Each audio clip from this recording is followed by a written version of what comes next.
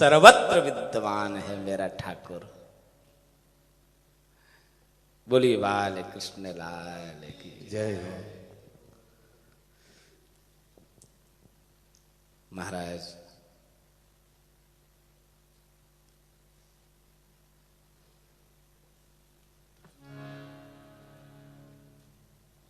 इस प्रकार से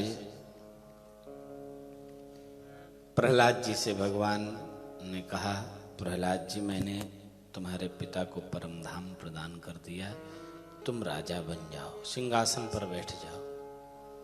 प्रहलाद ने कहा महाराज जी अपवित्र राजा का सिंहासन है, पहले आप बैठ करके पवित्र कर दो फिर हम बैठे।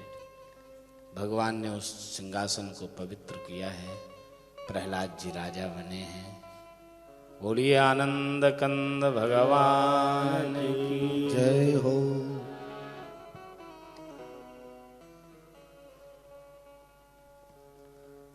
यहीं पर गजेंद्र मोक्ष की भी कथा सुना रहे हैं। बोलिए बाल कृष्ण लाल की जय हो। वैसे भी कथा में फोन से दूर रहना चाहिए, ध्यान आपका बटता है। तो जो जिसका कर्म है वो सही तरीके से नहीं हो पाता है।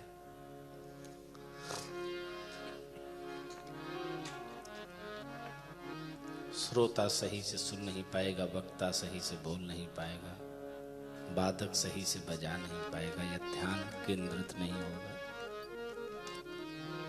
इसलिए कुछ भी काम करो मन से करो। बोलिए बाल कृष्ण लाल की जय हो।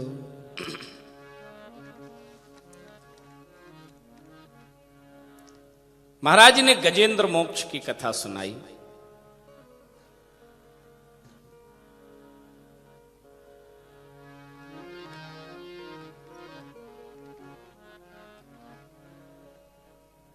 आसीदिगर्वरो राजन त्रिकूट इति विश्रुतः क्षीरोदेनावृता श्रीमान् योजनायुतमुक्षितः।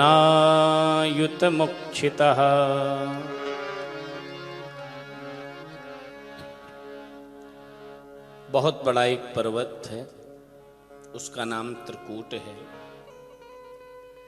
त्रिकूट नाम के पर्वत पर 3 शिखर है, सोने चांदी लोहे के 3 शिखर है।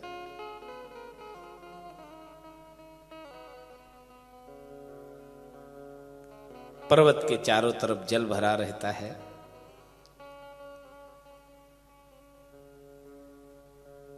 एक सुंदर बगीचा है, महात्मा वरुण का उद्यान है।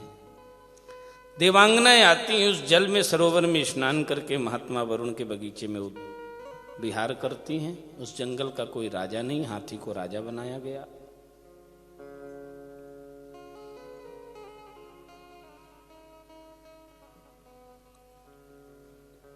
राजा का परम कर्तव्य होता है कि प्रजा का पालन पुत्र के समान करना चाहिए, क्योंकि जिस राजा के राज्य में प्रजा दुखी होती है वो राजा नरकगामी होता है। जासु राज्य प्रिय प्रजा दुखारी, सो नृप अवश्य नरक अधिकारी। जिसके राज्य में प्रजा दुखी होती है वो राजा नरकगामी होता है। हमारे भारत पर परमात्मा की विशेष कृपा है। हाँ, जहां पर ज्यादातर अवतार भगवान के भारत में हुए हैं। विशेष कृपा ये है कि हमारे भारत के जो प्रधानमंत्री माननीय श्री नरेंद्र भाई मोदी जी, और जिस प्रदेश में हम रहते हैं वो उत्तर प्रदेश में, उत्तर प्रदेश के मुख्यमंत्री परम संत साधु श्री योगी आदित्यनाथ जी दोनों ही अवतारी पुरुष हैं।